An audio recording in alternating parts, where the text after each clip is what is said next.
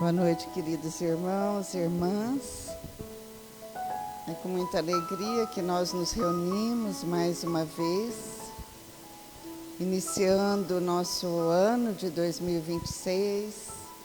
Aqueles que também nos assistem de fora, amigos distantes, que Jesus os abençoe a cada um de nós e que possamos nessa noite fazer a nossa sintonia com o mundo espiritual superior, para que possamos receber as energias mais puras do cosmo universal, energias de cura, energias positivas para cada um de nós. Hoje nós iremos falar sobre uma passagem do Evangelho. Ninguém pode ver o reino de Deus se não nascer de novo. E então eu vou falar essa passagem de Jesus encontrando com Nicodemos, de uma maneira simples, resumida. Espero que eu possa me fazer entendida, como diz o Roberto, que todos possam entender. E a gente vai fazer a referência pelo livro Boa Nova, de Humberto de Campos, psicografia de Chico Xavier. E nessa passagem ele diz que os fariseus estavam muito descontentes porque Jesus pregava princípios novos e eles eram muito apegados às tradições antigas. E não se falava em outra coisa, tanto no templo, nas praças, mas Jesus não deixava de pregar essa nova verdade que vinha trazer a luz, a luz para o mundo. Então, inclusive, ele menciona que Jesus recebia propostas e promessas materiais para que ele ficasse quieto. Mas, mesmo assim, ele pregava em qualquer oportunidade que surgia. Então, os sacerdotes, eles combatiam abertamente as pregações de Jesus. Eles eram fariseus, e eram apegados às tradições, eram apegados ao culto exterior. Era uma ordem religiosa e política de muito fechada, mas não eram todos os fariseus que combatiam as pregações de Jesus e nem que eram contra. Haviam muitos fariseus que seguiam Jesus, que haviam se convertido. E haviam entre eles Gamaliel e também Nicodemos, que era um homem muito bom. Ele ajudou muitos discípulos em várias situações de perigo, e ele ajudou a Jesus ensaiando uma defesa, no processo que iria levá-lo à crucificação. Também ajudou o apóstolo Paulo, depois que ele encontra Jesus nas portas de Damasco, e que ele sente a necessidade de ir para o deserto, meditar e fazer a sua reforma íntima. Então, Nicodemos era um homem muito digno, e ele, quando ele ouviu falar sobre as pregações de Jesus, ele se interessou, ele se entusiasmou, porque ele sentia que na religião dele faltava alguma coisa. E o que faltava não era conhecimento, porque Nicodemos era um doutor da lei, ele tinha o conhecimento, Mas o que acontecia? Ele era um sacerdote, e ele não podia encontrar Jesus abertamente, sem recriminações. Então ele pede para que Jesus o encontre à noite né, reservado. E Jesus então aceita, porque Jesus sabia o que ia no coração de Nicodemos. Ele sabia que Nicodemos estava procurando algo, não é? E concorda em encontrá-lo. Então vai encontrá-lo junto com 2 discípulos, Tiago e André. E aí ele inicia um diálogo com Nicodemos. E Nicodemos fala assim: mestre, eu sei que você vem da parte de Deus, porque para fazer os milagres que tu fazes, só Deus estando com ele. Mas eu empreguei uma parte da minha vida para estudar os textos e interpretar. Mas eu queria ouvir a sua palavra, o que eu faço para conseguir o reino dos céus.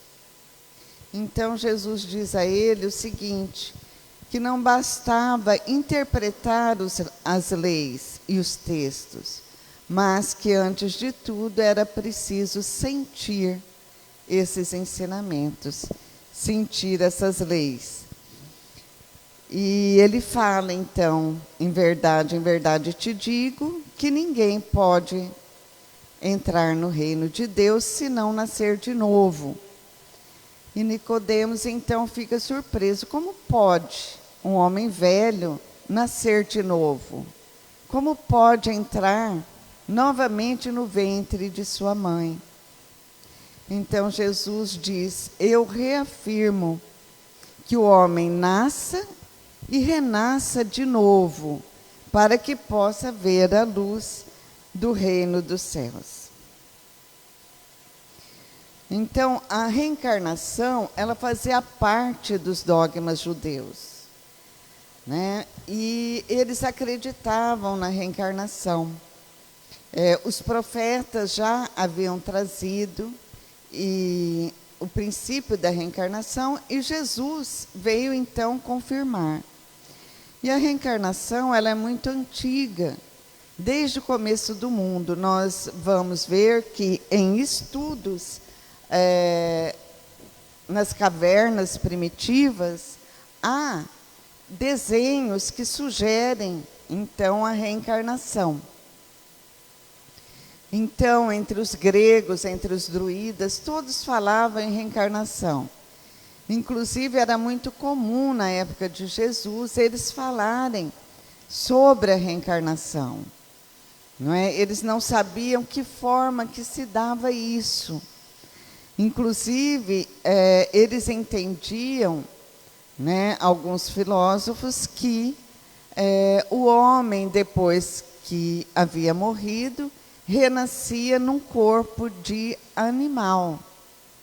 O que a gente sabe que não é verdade, porque os espíritos nos mostram uma cadeia de evolução, não é? Então, saindo do mineral, o princípio inteligente passa pelo reino vegetal, depois para o reino animal. Então, depois de muitas operações, não é, de muito tempo, eles então podem reencarnar no homem, e o homem progredindo até o anjo. Mas eles falavam, e no Evangelho também nos mostra uma passagem de Jesus conversando com seus discípulos. E ele perguntou então, o que dizem do Filho do Homem? Quem dizem que eu sou? E os discípulos então dizem, uns falam que você é Jeremias, outro Elias, outro João Batista. E ele diz que João Batista já havia vindo, aliás, que Elias já havia vindo. E os discípulos então perceberam que era de João Batista que ele estava falando, porque João Batista era Elias reencarnado. Então,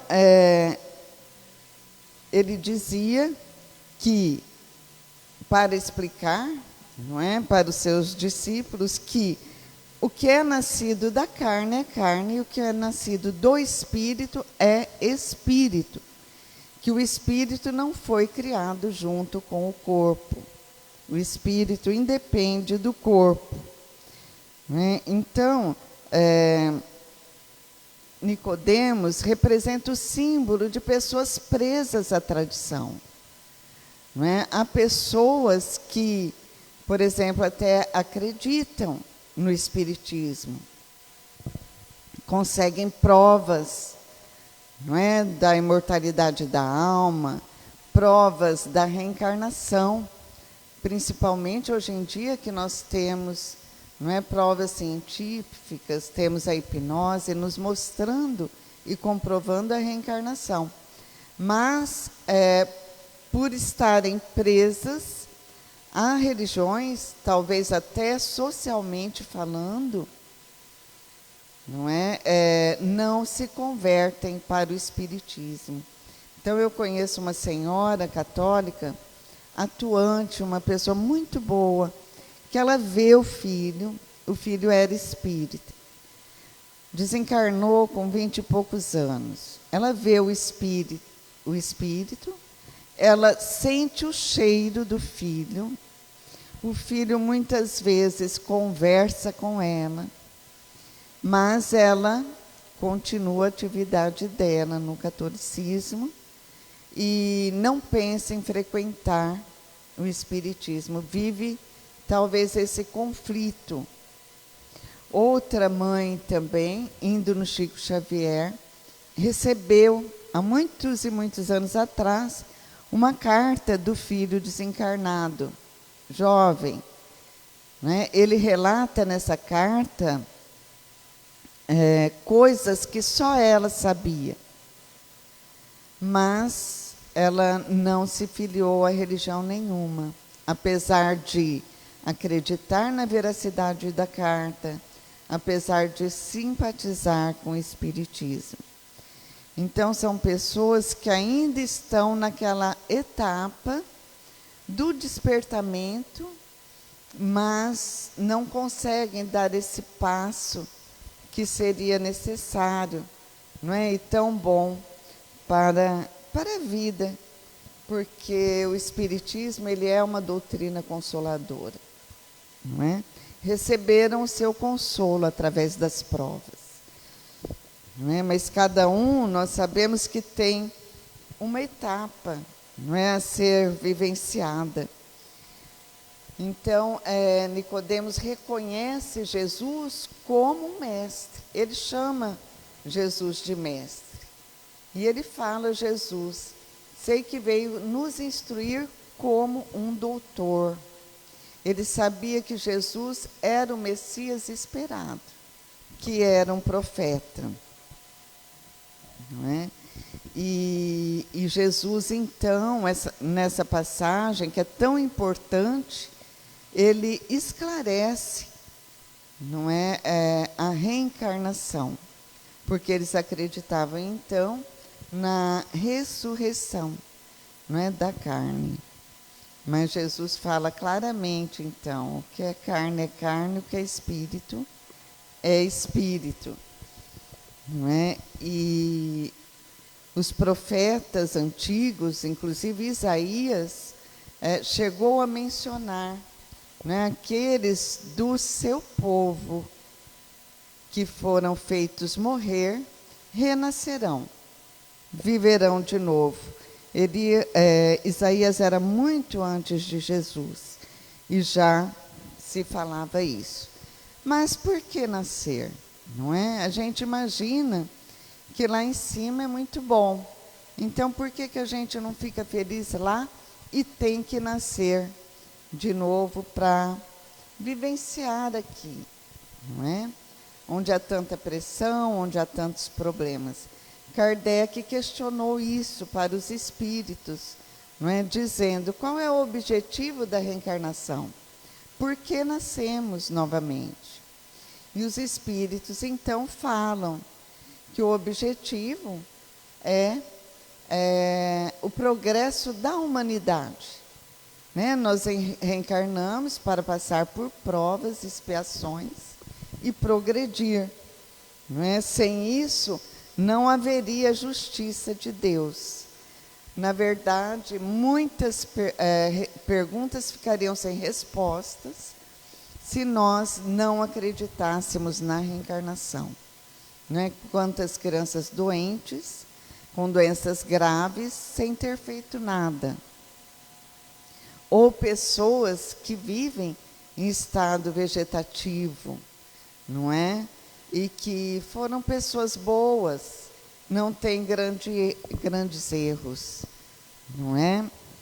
Então, nós podemos pensar que é injustiça, não é? E às vezes quem não acredita pode até se revoltar, porque nós mesmos questionamos, às vezes algumas provas, algumas situações difíceis pelas quais nós passamos, questionando Deus, não é? Perguntando por que eu, que sou tão correto ou tão bom, tenho que passar por isso, quando há tantas pessoas ruins ou criminosos que fazem mal, não é? Para o próximo, e parece que tudo sorri para ele, parece que está muito bem. Então, o nosso comportamento diante da verdade da reencarnação muda, porque nós passamos a aceitar e ter uma compreensão melhor sobre as coisas. Não é? Então, Humberto de Campos nos diz que nós nos espantamos diante da dor, porque nós vemos as cinzas, mas não vemos o incêndio que produziu, né? Por que aquele incêndio foi feito, mas que está tudo certo, que tudo é reajuste benéfico, não é? Que tudo segue com tranquilidade, porque há equilíbrio em tudo.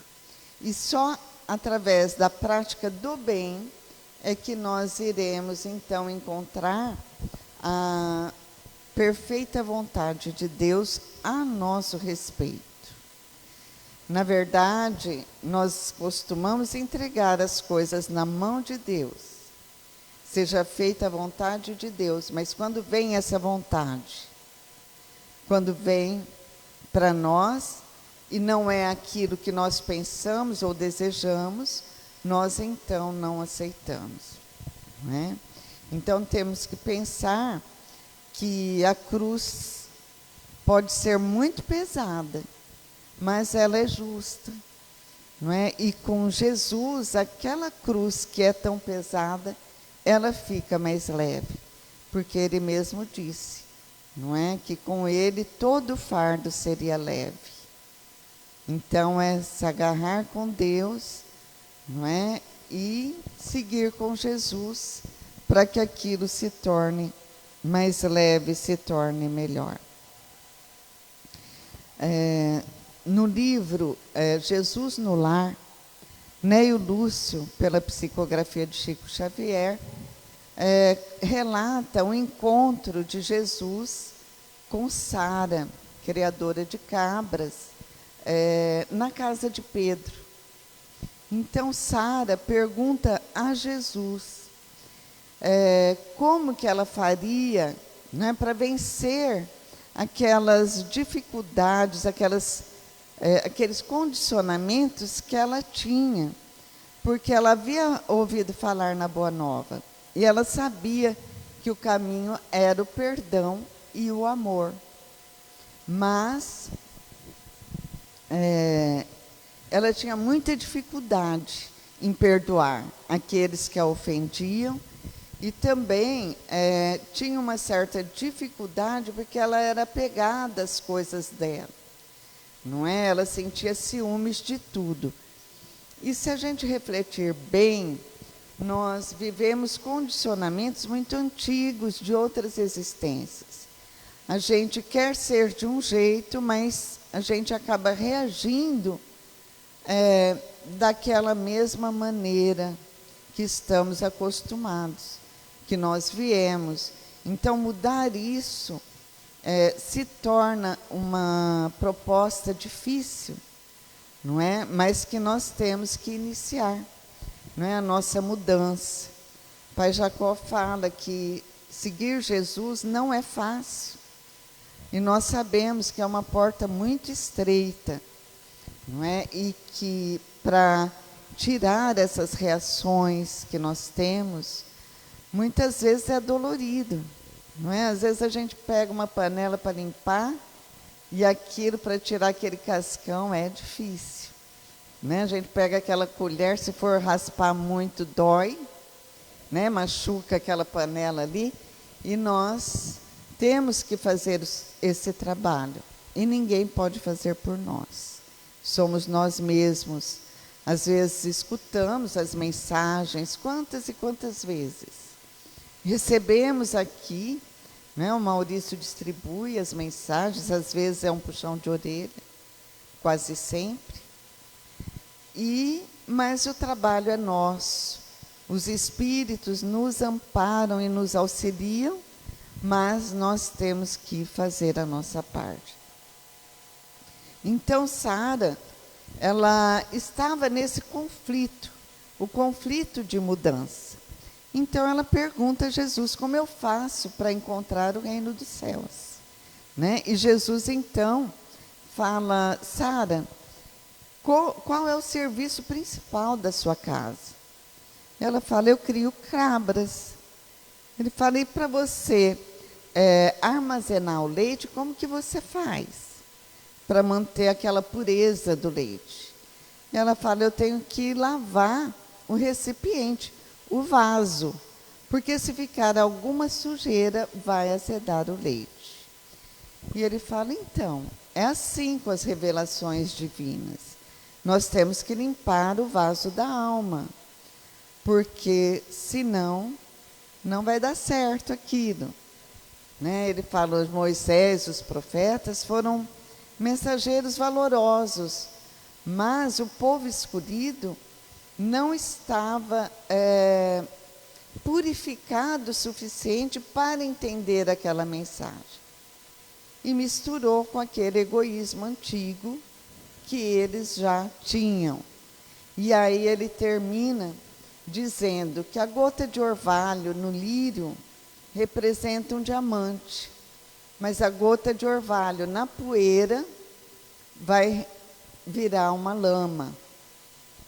Então, tudo vai depender da maneira que nós recebemos os ensinamentos, não é? Há pessoas que vão na fonte com um recipiente muito grande, né?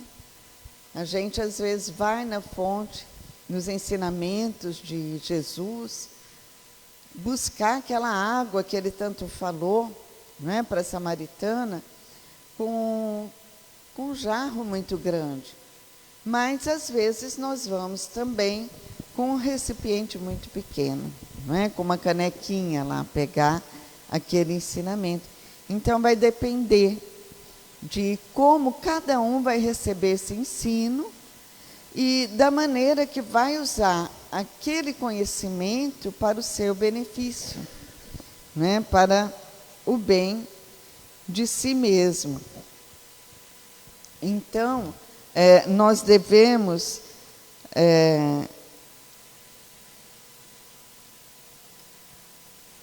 vencer aquele orgulho também para mudarmos de opinião, para podermos aprender, não é? E o aprendizado depende também de como nós vemos as coisas e da maneira que nós ouvimos as coisas.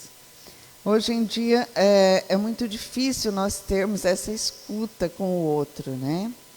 Nós falamos, não deixamos o outro falar, não escutamos a dor do outro, não é? Não temos essa paciência para ouvir.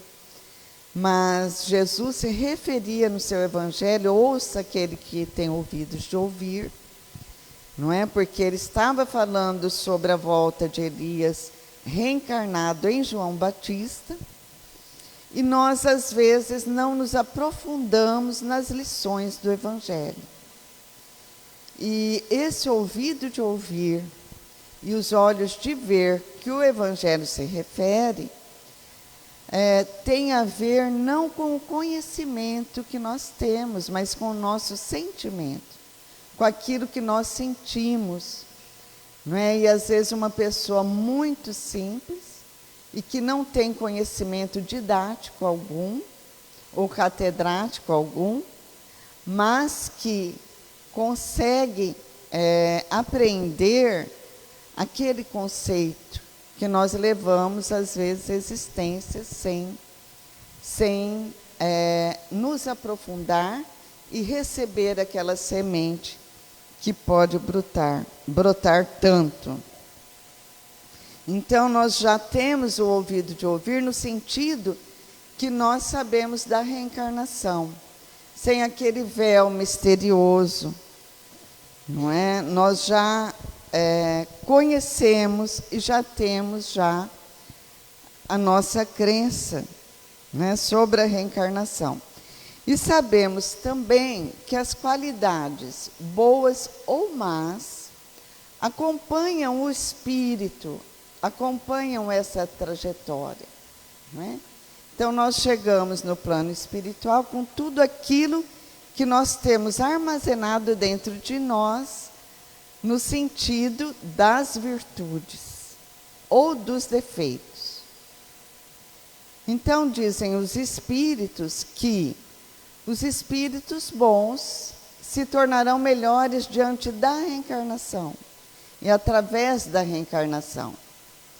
E os maus se tornarão bons, não é? E cada um vai seguindo até alcançar aquela perfeição necessária para chegar no reino de Deus, né? No reino de pureza.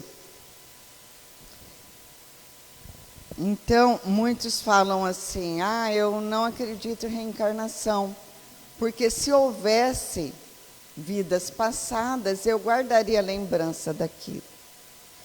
Mas o esquecimento é necessário.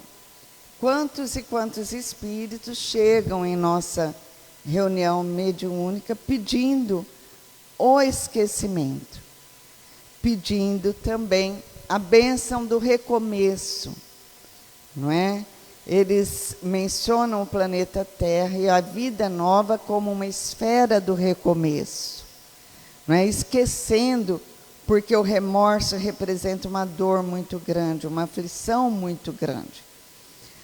Nessa existência mesmo nossa, quando nós fazemos alguma coisa que não é legal, né, que nós temos feito de uma maneira equivocada, a nossa consciência já acusa e nós ficamos com aquilo na cabeça.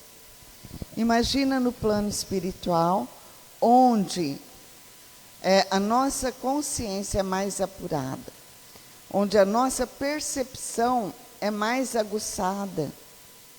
Então, nós queremos sim esquecer, e não poderíamos estar aqui, não é, vivenciando a reencarnação, lembrando daquilo que nós fizemos ao outro e que está próximo de nós, ou que o outro nos fez, né?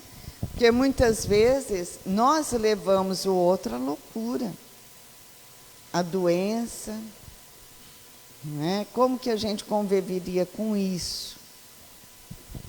Então seria muito difícil, não é? No livro Mães, Humberto de Campos nos fala sobre o Herodes. Herodes, ele era um rei no tempo de Jesus, né? E ele ficou sabendo que viria o Salvador, que viria o Messias, através das profecias, né, dos profetas antigos. Então ele se sente ameaçado, porque diziam que viria o Rei dos Reis.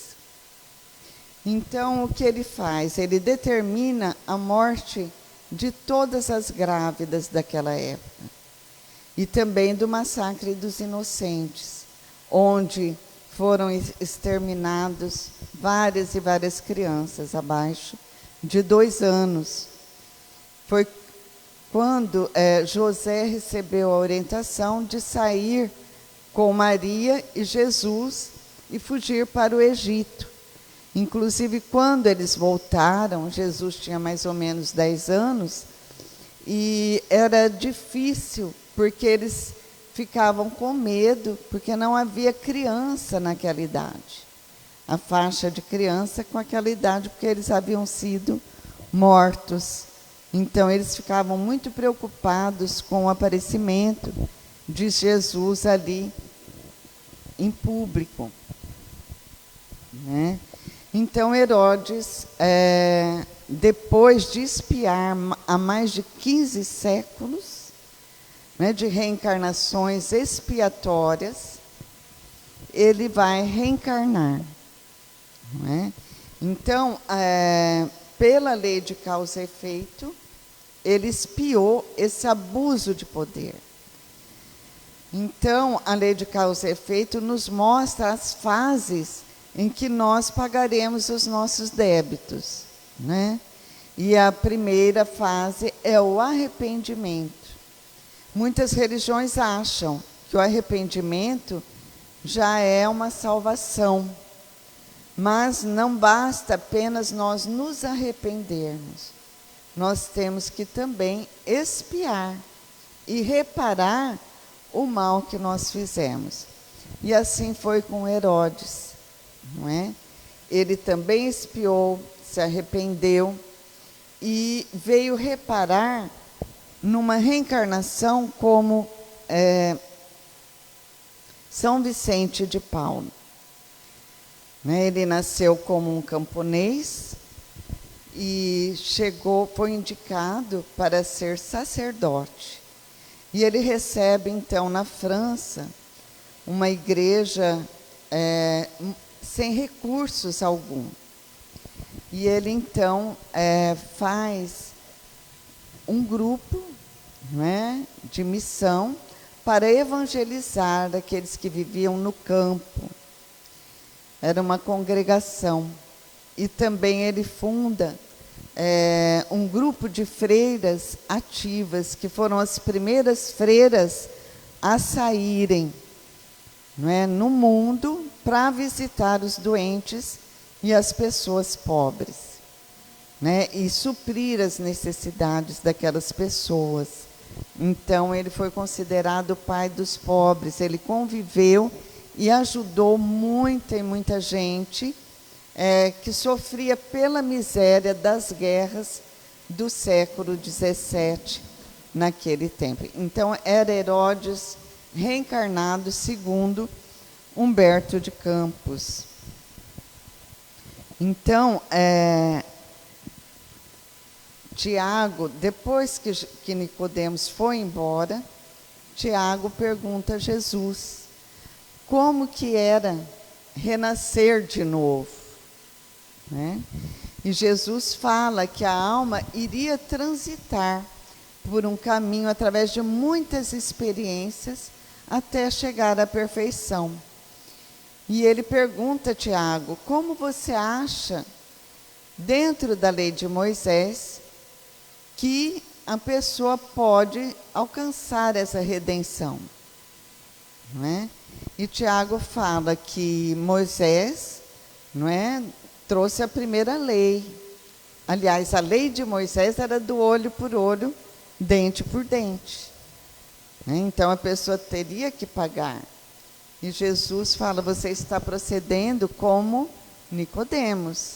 Você está raciocinando sobre uma lei antiga e você não está sentindo e não está percebendo que a primeira lei é a lei de amor. Amará a Deus sobre todas as coisas. E Jesus fala, eu tenho ensinado esse amor.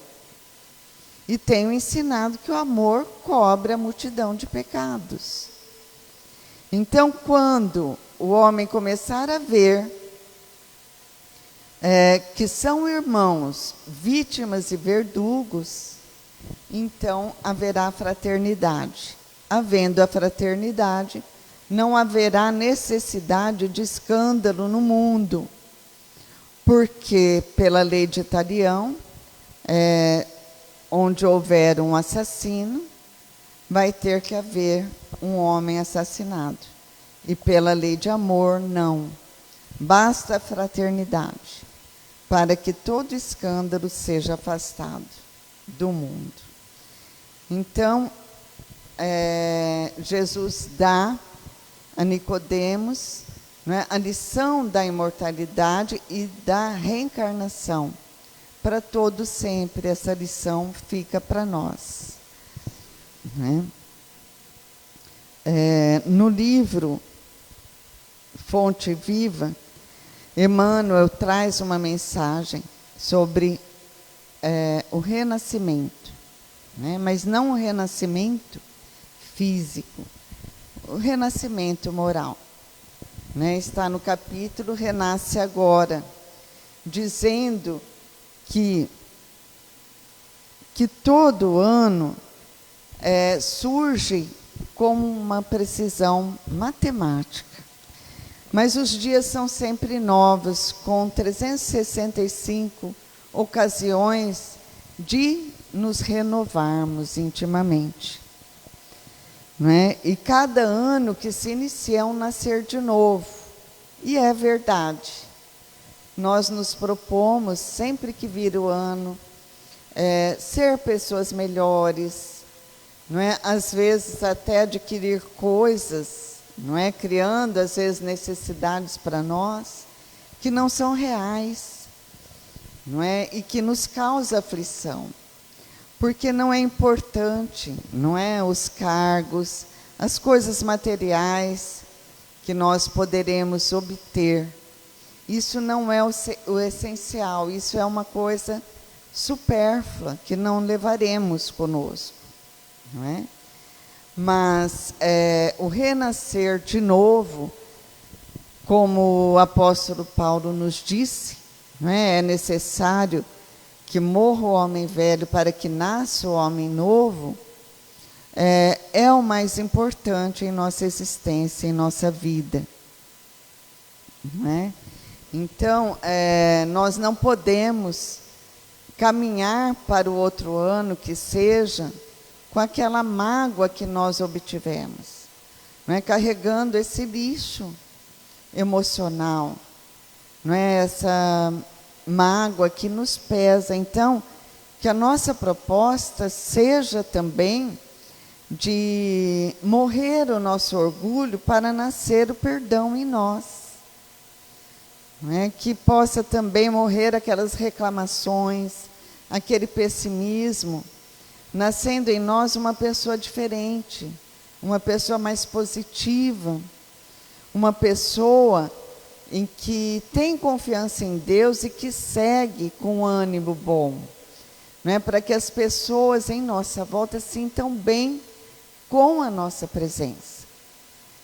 Não é? Então, que nós possamos, nesse ano que se inicia, estarmos com a nossa proposta de fé e de força, lembrando também de Emmanuel, para encerrar aqui, que ele falava: vale mais auxiliar hoje do que sermos auxiliados amanhã.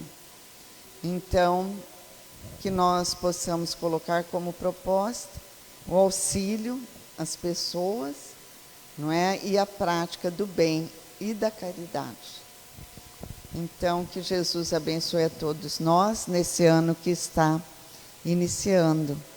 Vamos fechando os nossos olhos, então, e fazendo a nossa prece para terminar. Vamos, então, fechando os nossos olhos. Vamos fazendo a nossa visualização e nos vendo num campo verde. E nós nos vemos em círculo de mãos dadas, com todas as pessoas que nós amamos. Nós sentimos a energia do nosso companheiro da direita, do nosso companheiro da esquerda. Atrás de nós, um outro círculo se forma de seres alados, iluminados, angélicos, de seres de luz, envolvendo a todos nessa luz, trazendo paz, harmonia para o nosso grupo familiar. E no meio do nosso círculo, há um canal ligado ao centro da Terra, um buraco. E nós jogamos dentro desse buraco tudo aquilo que nós não queremos sentir. Jogue fora as suas mágoas, as suas preocupações.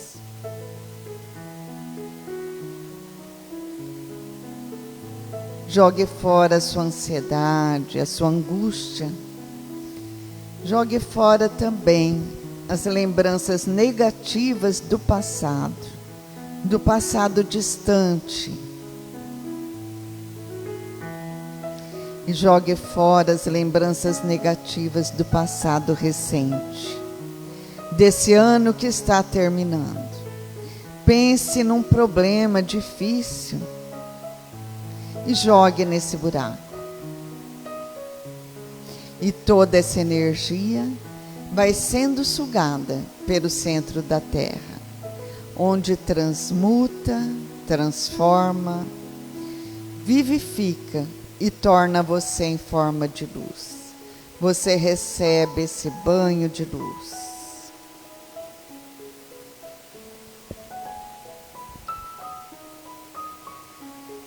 Pai nosso que estais no céu, santificado seja o vosso nome. Venha a nós o vosso reino, seja feita a tua vontade, assim na terra como nos céus. O pão nosso de cada dia nos dai hoje. Perdoa, Pai, as nossas ofensas, assim como nós perdoamos a quem nos tem ofendido. E não nos deixes cair em tentações, mas livrai-nos de todo mal. Que assim seja. Graças a Deus.